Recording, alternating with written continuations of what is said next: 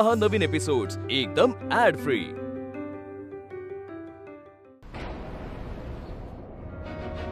फक्त 14 वर्षांची आहे मिताली आणि या लोकांनी एवढ्या लहान वयात तिला कामाला झुंपलंय।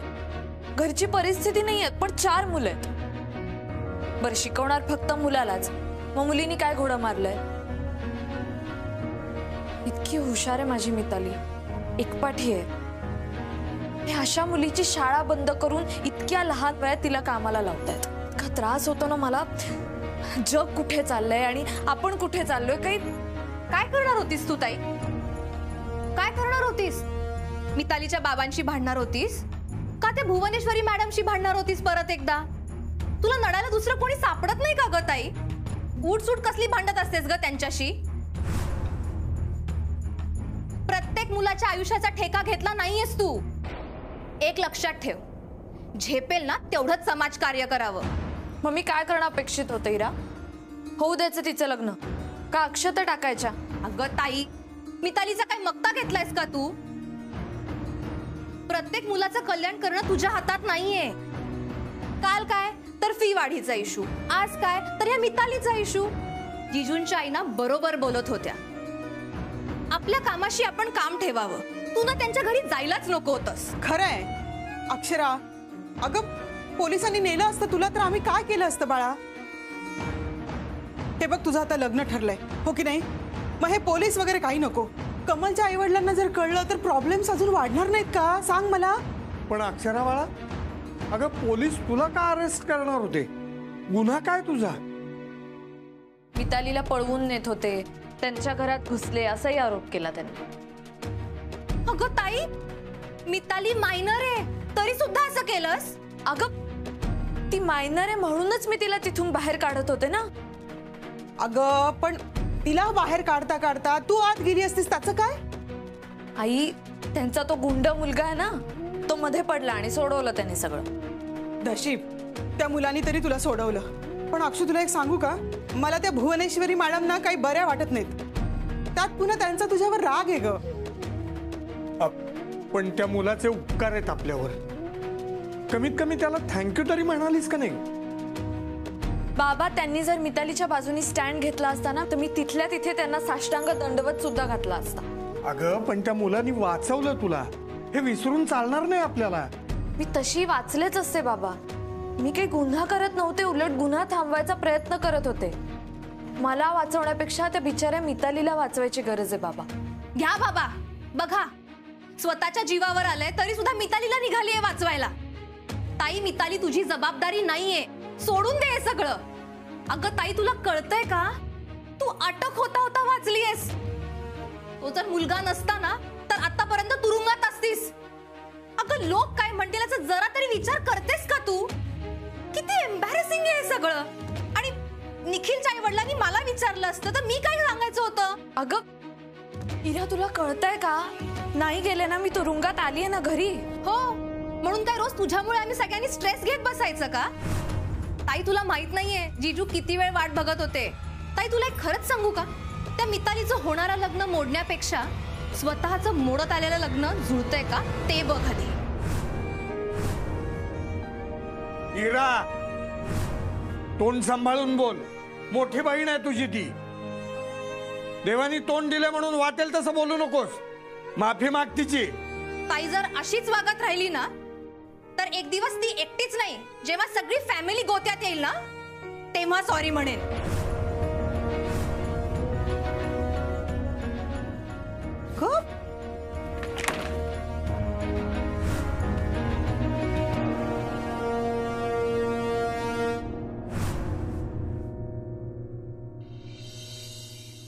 बसा बसा।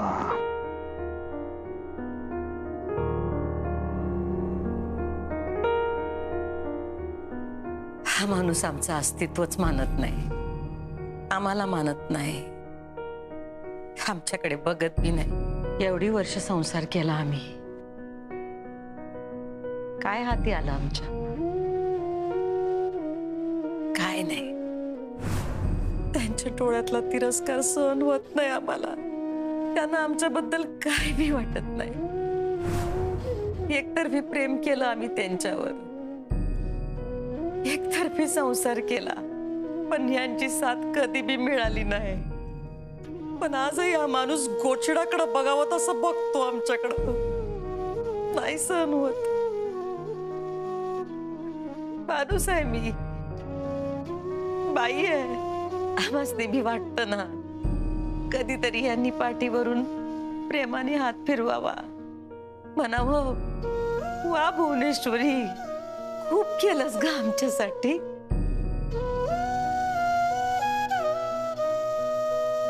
पण हे मी दिसले की चवतळत्यात, अंगावर धावून येत्यात.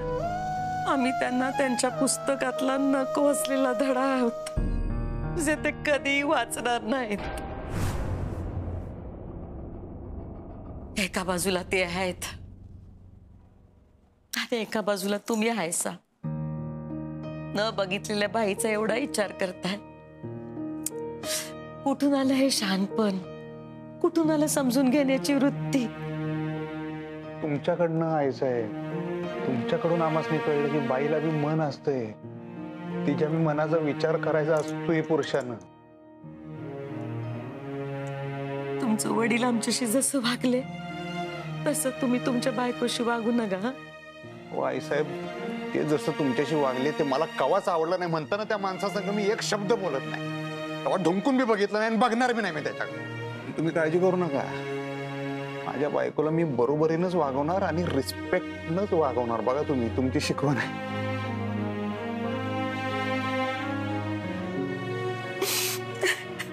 रडू नका, तुम्ही शांत व्हा. आम्ही आहे ना. बस जे आमच्या वाट्याला आलं ते आमच्या सोन्याच्या वाट्याला न जाऊ दे, जाऊ दे, सोडा ते विषय. आहे साहेब, मी आहे ना तुमच्या संग, आहे ना. रडू नका, रडू नका.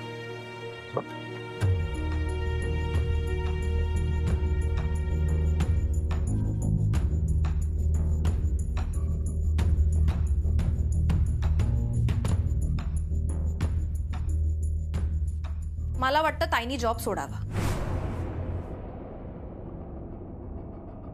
मलाही तेच वाटतं. हो ग अक्षरा. बघू आई. बघू काय बघू अक्षरा, उद्या अजून काही झालं तर. काका तुम्ही बोला ना, प्लीज समजावा ना तिला. अहो डेंजरस आहे हे. अक्षरा तुला कळतंय का? काका प्लीज तुम्ही बोला ना. अक्षरा, अगं त्रास होत असेल तर सोड जॉब. हा, आणि काहीच बिघडत नाही. मी आहे ना. आणि असंही लग्नासाठी रजा टाकावीच लागणार आहे ना.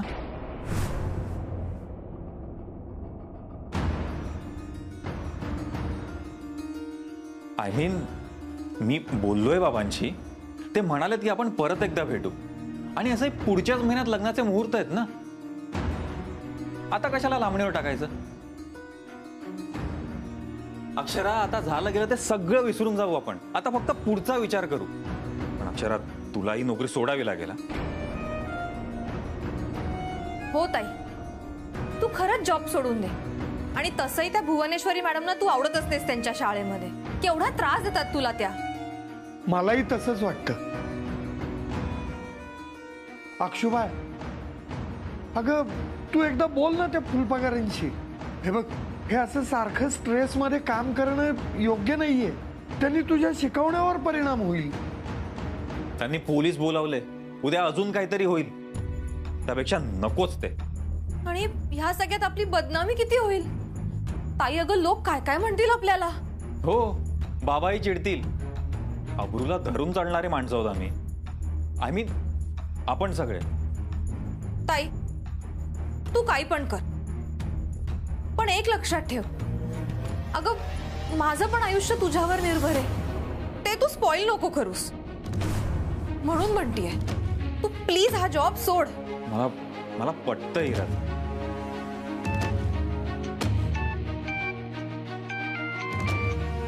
बाबा, हॅलो. हो बाबा, येतो. हो हो, निघालोच. हो हो.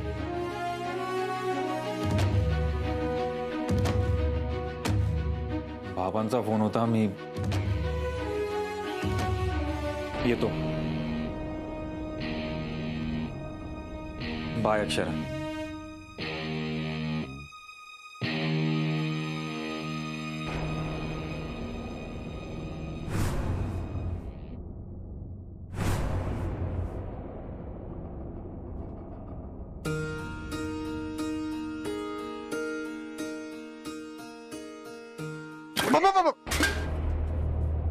सॉरी सॉरी धाकली सरकार.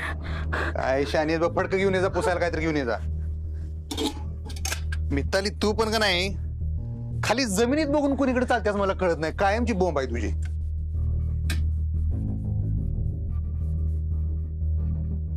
मितालीला शाळेत यायचं होतं, ती हट्ट करत होती म्हणून तुम्ही तिला इथे घेऊन आलात. का समजून घेत नाही तुम्ही तिचं मन? हो, तिला शिकायचंय.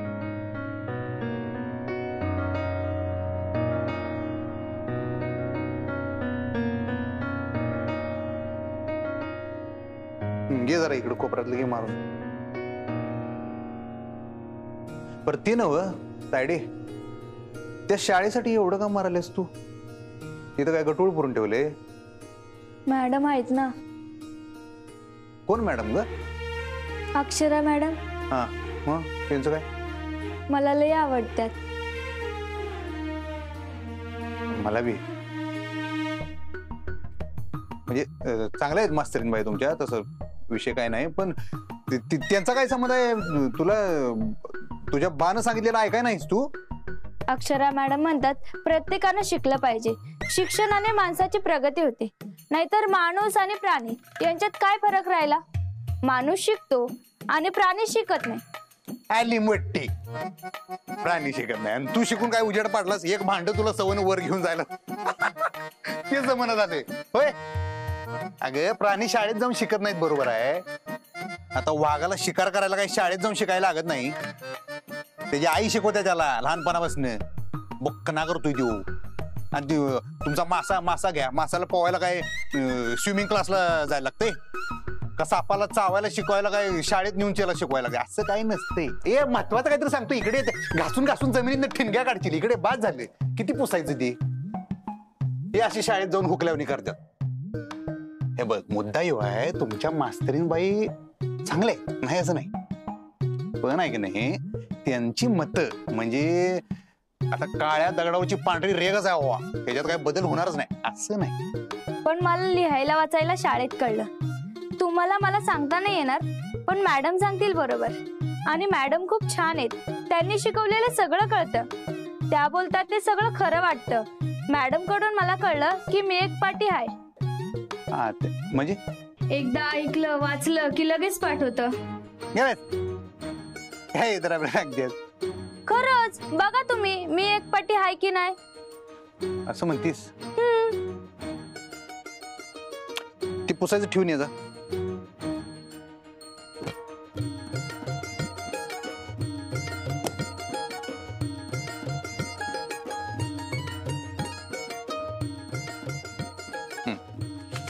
आता मी तुला ह्याच्यातलं वाचून दाखवतो. मला हाय असं म्हणून दाखवायचं. शेतकऱ्यांना खरेदीदारांबरोबर पूर्व नियोजन केलेले करार करण्यासाठी एक कायदेशीर फ्रेमवर्क प्रदान करते, ज्यात किमतीचा उल्लेख आहे. विवाद निराकरण यंत्रणा परिभाषित करते. अत्यावश्यक वस्तू कंसात सुधारणा कायदा 2020. तृणधान्य, कडधान्ये, नीट ऐक, बटाटे, कांदे, खाद्यतेल, बिया आणि तेल यासारख्या खाद्यपदार्थांना अत्यावश्यक वस्तूंच्या यादीतून काढून टाकते. कळलं? हो.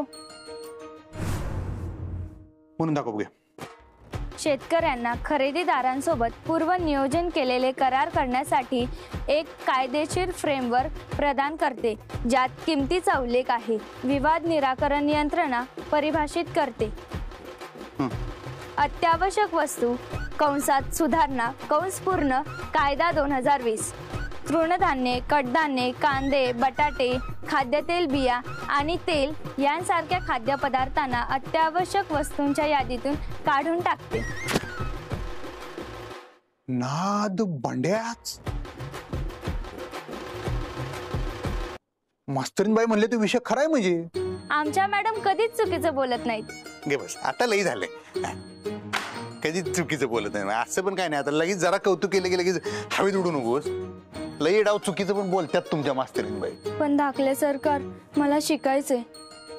प्लीज माझी मदत करा ना. अगं हो, माझी मदत करा ना प्लीज. होय की टेप रेकॉर्डर अडकल्यावर तेच काय बोलतात दहा वेळात. थांब की तू आहे नाही, तुझा छटाकभर मेंदू आणि तोळाभर जीभ जरा गुंडळून ठेव. माझ्या डोसक्यात शिर उठवू नकोस.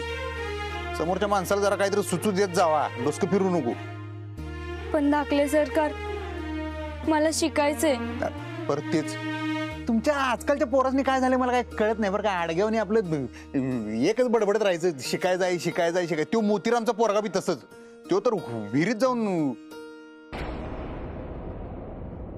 मला सांगा तुम्ही शिकून काय झेंडे काढणार आहे मला सांगा. हा, त्या मास्तरीनबाई बरोबर आहे, त्या सांगतात ते खरं आहे, नाही असं नाही. पण त्या काय नेहमीच काय बरोबर बोलत नसतात त्या. काय झालं? अगं रडायला काय झालं? शांत हो, रडू नको. रडण्यासारखं काय बोललो का मी? का ओरडलो तुला? अगं रडू नको, अजिबात रडू नको. ठीक आहे, काहीतरी करूया आपण तुझ्या शिक्षणाचं. करूया, तू रडू नकोस. पायलट व्हायचंय धाकले सरकार मला. हा बरं ठीक आहे हो पायलट, पण तू रडू नको अजिबात. पोरीने रडल्याला आवडत नाही का मला? तू रडू नको बघ मिताली, अजिबात. मला लग्न नाही करायचं धाकले सरकार, पायलट व्हायचंय मला. वही की 10 वेळा तेच काय? रडू नको. डोळं पोस. अगं रडू नको बाळा, रडू नको. आणि होय ग, तू तुमच्या मास्तरीनबाईंची स्टुडंट शोभत्याच बरं काय. त्या पण सेम तुझ्यावनी करतात. हा, एकच मुद्दा समोरच्यावर पाक फायरिंग करून त्याच्या डोसक्याचा पार कटवाडा करून टाकतात. जाऊ दे, टेन्शन घेऊ नको, आपण काहीतरी करूया. पण जर तू पायलट झाली नाहीस तर मग बघ, तर मग आपल्या गोट्यातल्या म्हशी संघच बांधून घालतो तुला, गंगी संघ. काय चेष्टा नाही, सिरियसली सांगतोय मी. तुझी वेणी आणि त्या म्हशीचा कासरा एकत्र एका खुट्ट्यालाच नको. एका खुट्ट्याला बांधून घालतो मी. टेन्शन घेऊ नको, आपण विषय सेट करून टाकूया तुझ्या शिक्षणाचा.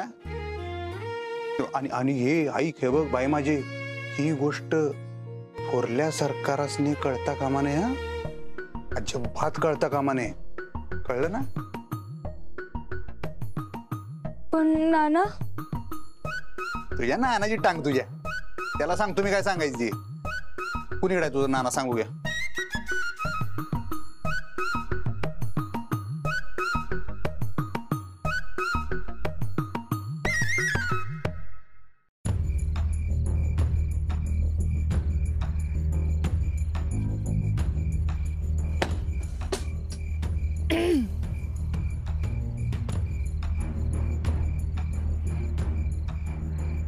येतो मी. बाय. आता हे असंच बोलणार आहेस का? तुटक आणि जेवढ्याच तेवढं. असं काही नाही. मग बोलत का नाहीयेस? बोललं की भांडण होतं. भांडण नाही होणार तर काय होणार अक्षरा? तू समजूनच घेत नाहीयेस मला. मी इथे आपल्यासाठी एवढी मरमर करतोय, तुझ्या बाबांची बोलतोय, माझ्या बाबांची बोलतोय, पण तुला काहीच पडलं नाहीये त्याचं. हे बघ अक्षरा, मला खरं खरं सांग, तुला माझ्याबद्दल काही फिलिंग्स आहेत की हे सगळं एकतर्फीच चाललंय माझं? कमल प्लीज, तुम्ही चिडू नका. नाहीतर काय करू? तुला कळतच नाहीये मी काय म्हणतोय ते. त्यांनी पोलीस बोलावले होते. तुला गांभीर्य कळतंय का या प्रकरणाचं? कशाला उगाच त्या भुवनेश्वरी मॅडमची पंगे घेतेस? अगं कसं बसं मी माझ्या बाबांना समजावलंय, ते तयारही झालेत. ह्या सगळ्याच्या तुझं अरेस्ट प्रकरण आलं असतं तर किती गोष्टी बिघडल्या असत्या ग. पण नाही ना झाली मला अरेस्ट. तो त्यांचा मुलगा मध्ये आला म्हणून, नाहीतर गेलीच असती साथ. आणि मी नाही तुला जेलमध्ये भेटायला वगैरे येणार. लक्षात ठेव, आधीच सांगून ठेवतो. अक्षरा, आपण लहान माणसं आहोत, आपल्यात नाहीये ताकद त्यांच्याशी टक्कर घेण्याची. कळतंय का तुला? हो. मी निघू का प्लीज? आणि राजीनाम्याचं काय? अक्षरा, तुझी आई, तुझे वडील, इरा, सगळ्यांचं हेच म्हणणं आहे की तू ही नोकरी सोडावीस. माझ्यासाठी नाही तर किमान त्यांच्यासाठी तरी नोकरी सोड. ही शाळा तुझ्यासाठी सेफ नाहीये अक्षरा. प्लीज, कळतंय का तुला? मी लिहिते राजीनामा.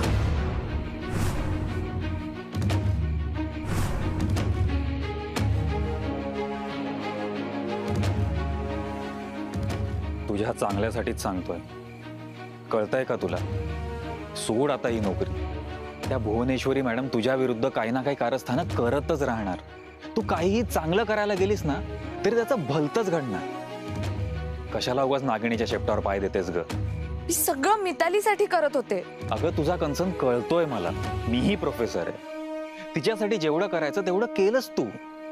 पुढे तिचं नशीब आपण काही देव नाही अक्षरा. म्हणजे तिचं नशीब असं म्हणून सोडून द्यायचं? आपण काहीच नाही करायचं? ठीक आहे, मला एक गोष्ट सांग की फुलपगारे सरांनी तरी स्टँड घ्यायला हवा होता ना? त्यांनी घेतला नाही. शाळेतल्या इतर शिक्षकांनी तरी स्टँड घ्यायला हवा होता ना? त्यांनी घेतला नाही. का? कारण त्यांना भुवनेश्वरी मॅडमच्या गुड बुक्स मध्ये राहायचंय कायम. आणि तूच एक मात्र अशी आहेस की ज्यांना सतत त्यांच्याशी पंगे घ्यायचे. प्लीज आता सोडते. पाणी डोक्यावरून गेलंय आता. तू आजच राजीनामा लिही. मी बाबांशी बोललोय, ते तुझ्या आईवडिलांना भेटायला येणार आहेत पुन्हा. आता झालं गेलं ते सोडून दे, आपण पुढचा विचार करू. कळतंय ना?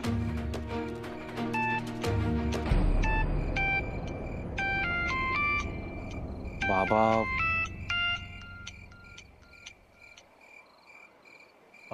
हॅलो बाबा.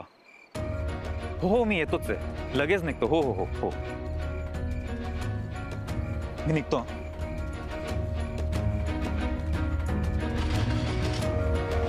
बाय.